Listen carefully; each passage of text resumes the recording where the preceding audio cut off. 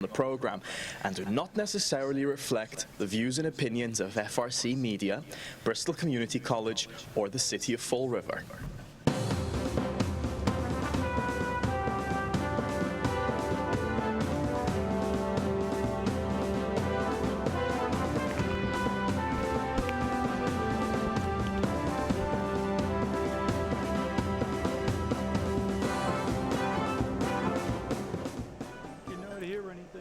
All right, there we are. Welcome to Spindle City Straight Talk. I'm CJ. Well, it's going out, Chip. We can hear you. Okay. Well, are we on? Yes, we are. Oh, well, since we can't hear anything, again, live TV. Welcome to Spindle City Straight Talk. I'm Chip. And I'm CJ. And it's Friday. It's going to be kind of difficult when we can't hear each other. Well, I can hear you fine.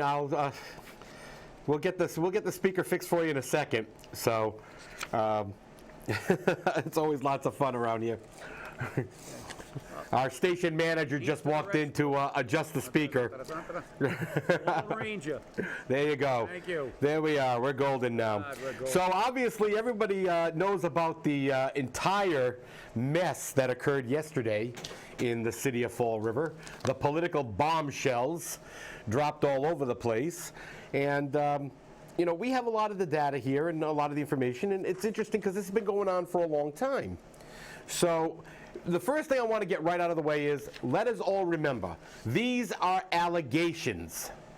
These are not facts yet, these are allegations. That means that the stories that have been presented are from the point of view of the people stating them. The FBI has not confirmed nor denied any investigation.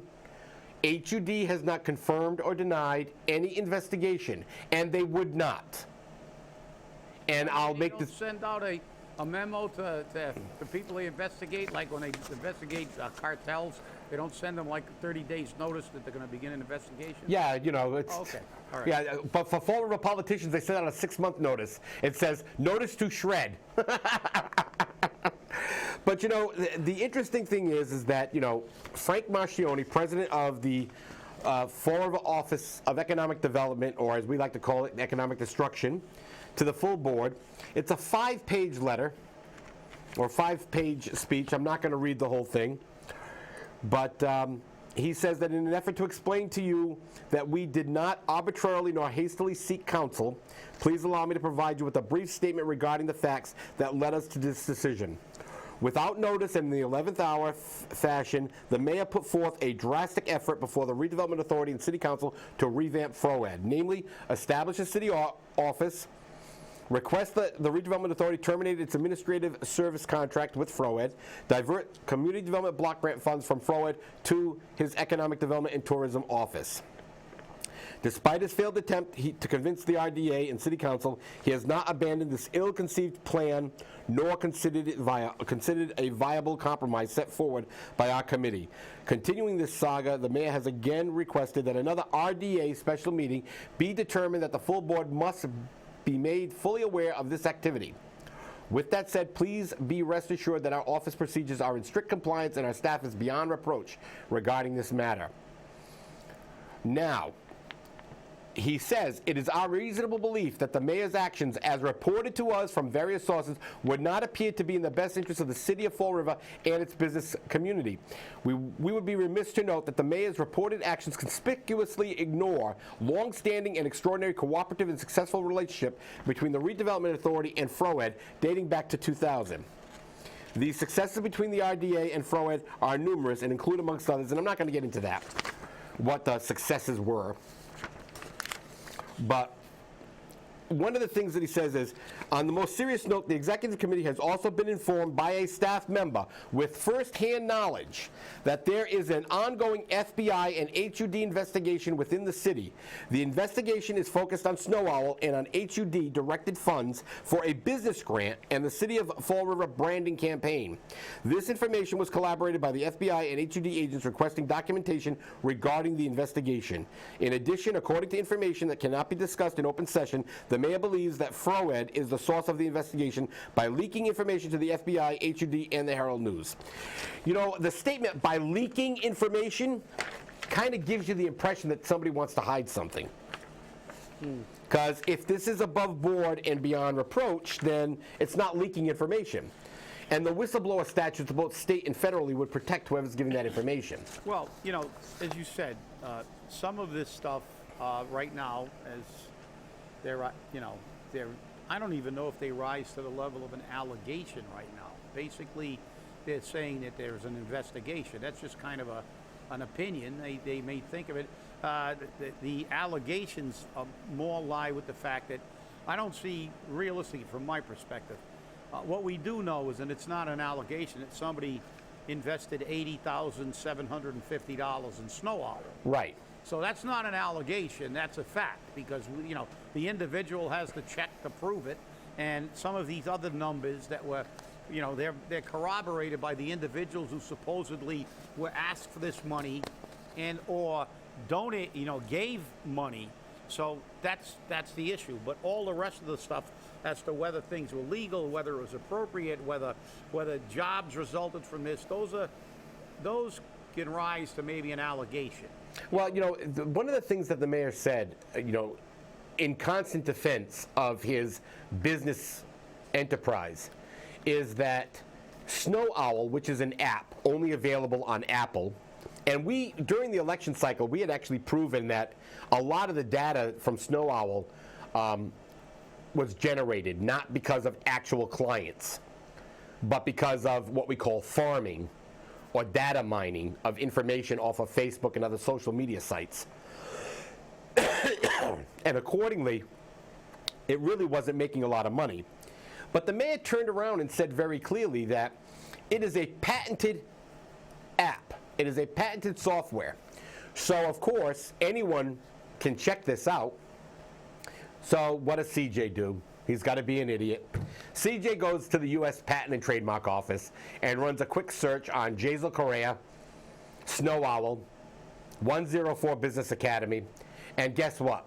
The only Sno-Owl that came up was a maple tree. So unless the mayor's in the maple tree business, I can't find the patent on it. Now, I'm not saying that it's not there. A patent may be pending. I don't know. But when you look for this information, and people are going to do this, they're going to go out there and they're going to look for it, and you can't find it, you start questioning the credibility of the people making the statements. Now, he's also said that this is a political ploy. This is a political attack. He's got to get used to it. He's in the limelight. He's in politics, and that's the way it is. Well, the problem is that such an allegation can destroy any political campaign.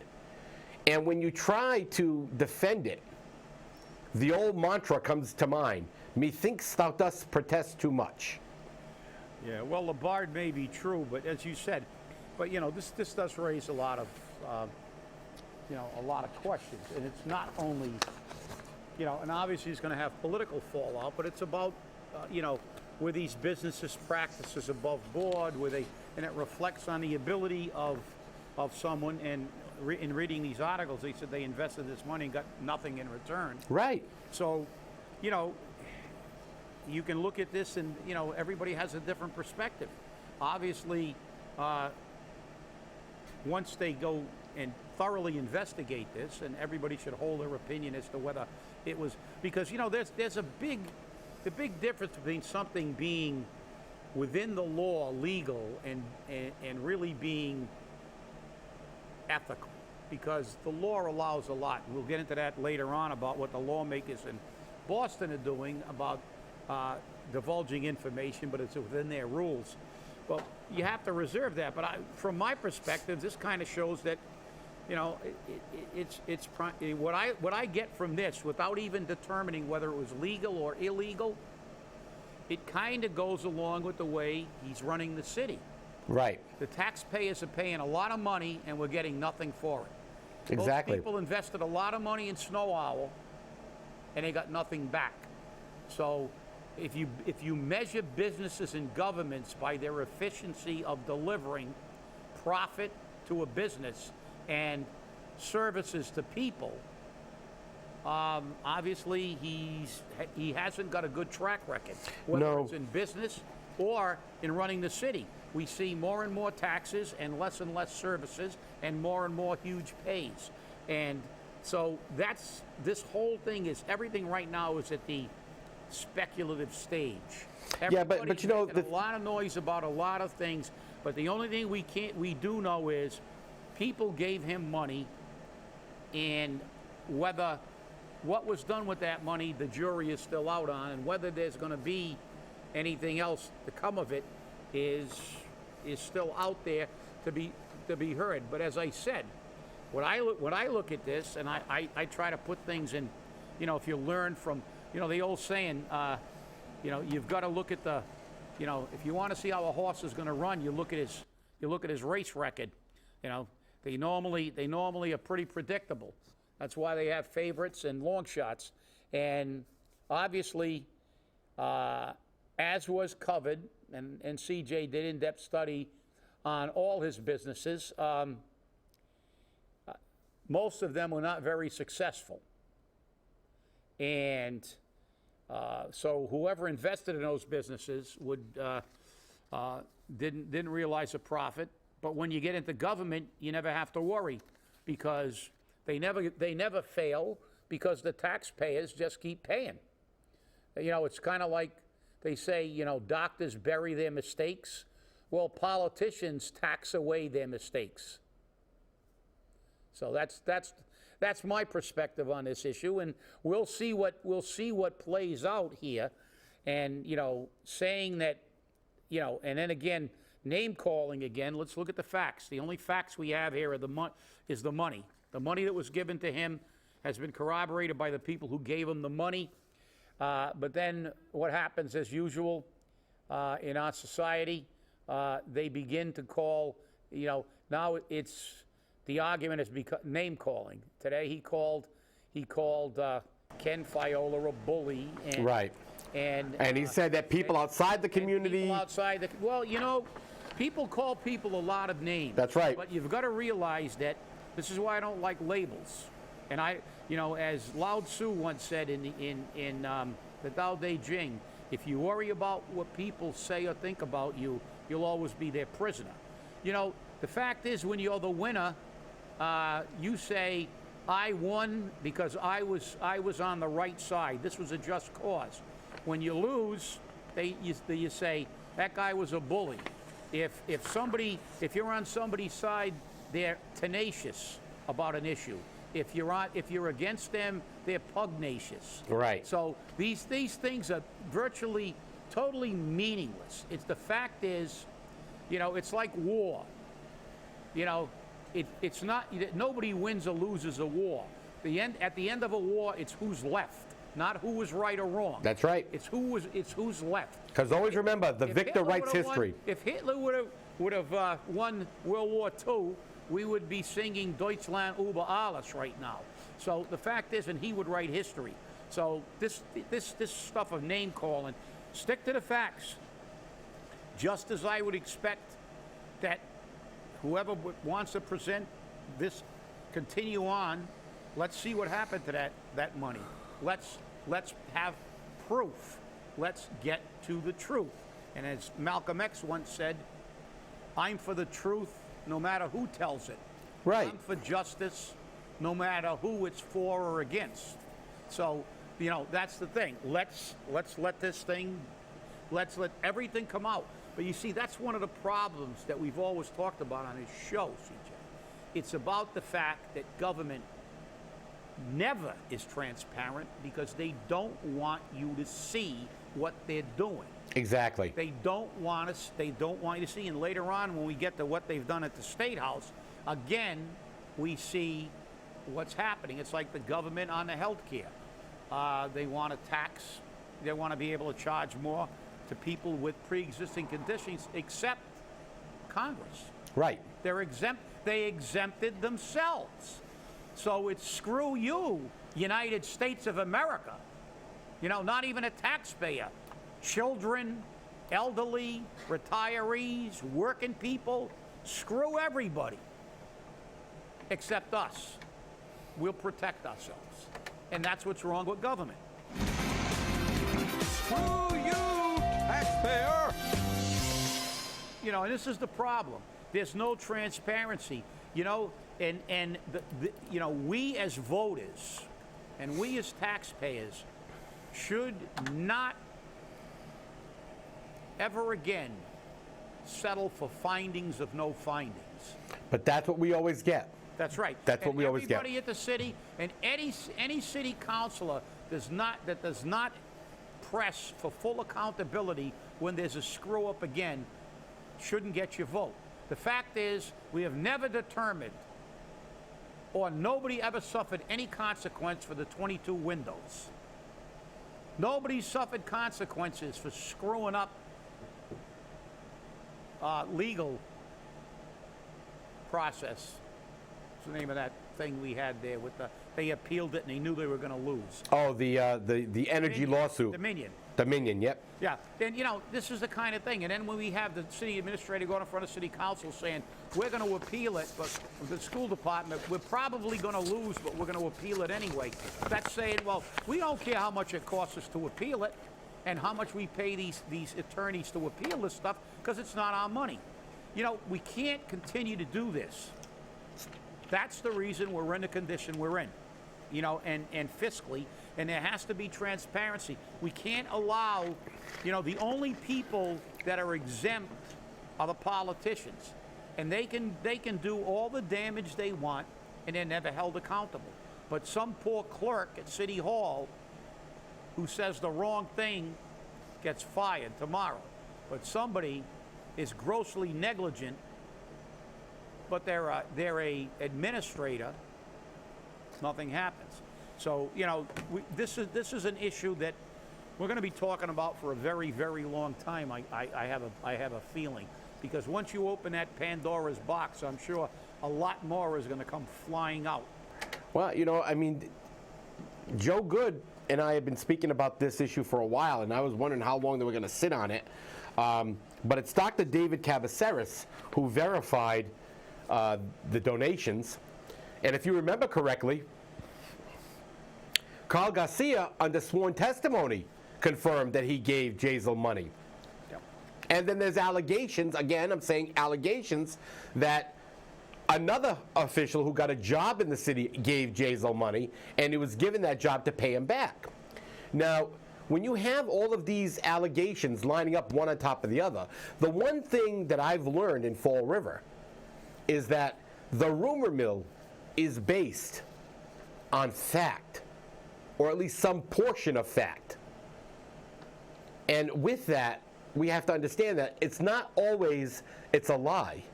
So all of you zombies out there who've already flung to the defense of your mayor, I applaud you for being stupid. And the reason I say that is because you didn't look at the entire picture yet. You don't have all the facts. I can't say he's guilty. I can't say he's innocent. I can only say that the allegations are there, and this is what I've revealed. This is what I've seen. This is what I've found. He stated that Sno-Owl is patented. I went and looked online at the U.S. Patent and Trademark Office. I searched that database. Nothing comes up for Sno-Owl. Maybe he has it patented under another name. I don't know. Maybe it's a patent that's pending. Again, I don't know. But it's currently not in there. There is a maple tree in there, but there is not a software package. So remember, when we look at these things, you have to line it up. And when you start looking at the layers, how much of the information is accurate and how much is inaccurate? It's the same way that a jury is going to decide this. And granted, you're supposed to have a preponderance of the evidence to find somebody guilty, but in politics, there is no preponderance of the evidence. In politics, it's, okay, is he the guilty, is he not guilty? Well, he could be, so I'm not going to vote for him. Yeah. And that's where we're at. Well, you know what disturbs me more than anything else? There are specifics here that could be addressed. I mean, the fact is, Dr. Cabaceres said that he invested $80,750 in Sno-Owl. Right. So that is not an allegation. He can prove that I'm sure he can prove it because he wrote a check, and that's there. And as you said, under sworn under sworn testimony in a deposition, Mr. Garcia stated that he gave them money. Right. So I don't understand why the mayor didn't address that. He could have said, "You're right, they did give me the money, and this is what happened to the money." There's absolutely no reason he couldn't deal with that aspect of the of that, because that's not an allegation. That's a statement of fact. They gave him the money. Right. And if it was 100% above board, why didn't he just say, "Yes, I took the money"? But maybe everything was above board. Maybe he just, I don't like to speculate. Maybe he just doesn't want to say that I'm a horrible businessman and I took their money and it went in the toilet because the business went In the toilet. in the toilet. So it's not the first business to go in the toilet. You know, and a lot of people lost their money when the stock market crashed. We had a depression. So maybe that's what he didn't want to do before an election. But I don't understand why, you know, at least the acknowledgement of this money could have been addressed by the mayor. Not saying that Right. these, you know, this is what gets me about transparency. I mean, this isn't, you know, this isn't speculation. It's a fact. These two both admitted they gave money to him. There's no reason to say, yes, they did. And I invested it into my company, and I was unsuccessful in the business. Or I invested it, and here's where I invested it. You know, many businessmen, Forbes, Trump, you know, Carnegie, Mellon, they all did the same thing. They made investments and they lost money. They failed. Guess what? It's a learning position. But when you lose $140,000 or $150,000, it's a very expensive learning proposition. Yeah, well, you know, I mean, what did Thomas Edison say? How many times, he said, how many times didn't the light bulb work? Right. But that wasn't a failure.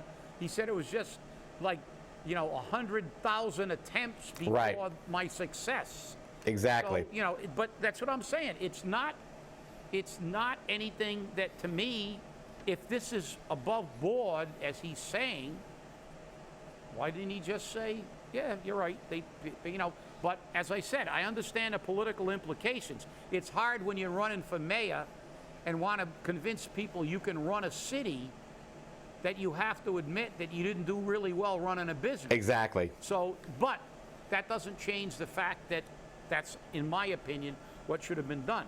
But then again, we get back to the transparency issue, which, let me just, I'm going to segue into the state issue, because this, again, highlights of what we're doing. We've been talking about the state and the taxes. Now, we've got a lawmakers feast on taxpayers dying while Speaker mum on details. Now, Speaker DeLeo was, said he was explaining why his office refuses to release detailed information on $213,091 in credit charges on one credit card over 3 years. The record from the state comptroller will show how much was spent where, but it doesn't say what they spent it on. So they passed the budget on Tuesday night, and the lawmakers and their staff feasted on meals provided by Figaro's and D'Amaro, both of Revere, according to State House News Services. Again, the speaker was tight-lipped and would not tell us how much they spent. And the quote from the reporter said, doesn't the public deserve some answers about how their money is being spent? Here's his answer. The most important part is getting the audit done and making sure everything is done properly, which is there's no waste of taxpayer funds, DeLeo said. But can't we see what you're buying? Again, according to the rules, this is all according to the rules we operate under. So the rules they operate under is that they don't have to tell us how they waste our money. Just like on the federal level, they can make you pay more if you have a pre-existing condition, but they can exempt themselves. So this is government on all levels, federal, local, and state. Do you see a common thread here? They can spend our money, they can tax us to death, but they won't tell us what they're doing.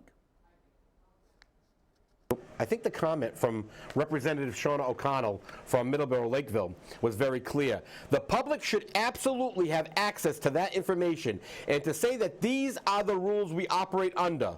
Well, we're the ones who make the rules, so we're the ones who can change the rules. Now remember, this DeLeo and the Democrats in the House are the ones that voted themselves a $105,000 pay raise only for Democrats. Only for Democrats. Republicans don't get that pay raise. Only Democrats get it. $105,000. This is the rules they operate under. And I was so pleased to hear President Trump turn around and say he wants to have a constitutional convention to limit terms for the House and the Senate. Ha! Wishful thinking. Exactly. And when we talked about Representative O'Connell, there was another great quote from her. So there's always very nice meals provided during a budget debate. A lot of people don't even question who pays and where it comes from. I personally don't partake in that. I bring my own food because I feel so strongly that taxpayers shouldn't be paying for my meals. And you know something? That's the problem. And as you said in the previous quote, she hit it right on the head. You make the rules. You made the rule that you no longer have to go before the voters to give yourself a pay raise. That's right. You made the rules not to give us a tax holiday. You made the rules to tax us more on soda. You make all the rules, and the rules are not in favor of the governed. And our Declaration of Independence clearly states when a government ceases to work in the best interest of the people, it should be changed. That's right. And you know what? And you know what our House and Senate say to us? Screw you, taxpayer!